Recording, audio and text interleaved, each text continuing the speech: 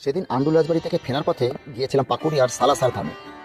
বহুবার এর পাশ দিয়ে নানান কাজে গিয়েছি, কিন্তু কখনো এই মন্দিরটা ভেতরে প্রবেশ করার মতো সময় সুযোগ হয়ে ওঠেনি। তাই সেদিন আন্দুল রাজবাড়ি থেকে ফেরার পথে দুজনে ঠিক করেছিলাম আজ একবার এই সালাসার ধামে যাবই। আমাদের সাইকেলটি গেটের বাইরে ডান দিকে সাইকেল রাখার নির্দিষ্ট একটি জায়গায় স্ট্যান্ড করে মন্দিরের প্রবেশদ্বার পার করলাম। পার করতেই দেখলাম আমাদের পূর্বপুরুষরা আমাদের জন্য অপেক্ষা করছিল। যেন দেখে মনে হতে লাগলো তারা আমাদের অভিবাদনের সাথে স্বাগত জানাচ্ছে। এদিকে আবার এক সিকিউরিটি দাদা, তার আবার এই অভিবাদন পছন্দ হয়নি, তাই তার হাতে থাকা লাঠিটি উঁচিয়ে তাদের তাড়াতে লাগলো। যাই হোক, আমরা দেরি না করে জুতো জোড়া যথাস্থানে রেখে ভেতরে প্রবেশ করলাম। মন্দিরে ঢুকেই তো আমাদের চোখ ঝলসে গেল। আমরা মুখে কোনো কথা না বলে অবাক তাড়িত চোখে শুধু দেখতেই থাকলাম। এইভাবে মন্দিরের ভেতরে বাইরে ডায়ে বায়ে উপরে নিচে মোটামুটি সব জায়গায় ভালো করে ঘুরলাম। হ্যাঁ, মন্দিরের দেয়ালে এত সুন্দর নিখুঁত কারুকার্য যা দেখে চোখ ঝলসে যাবে যে কারণে।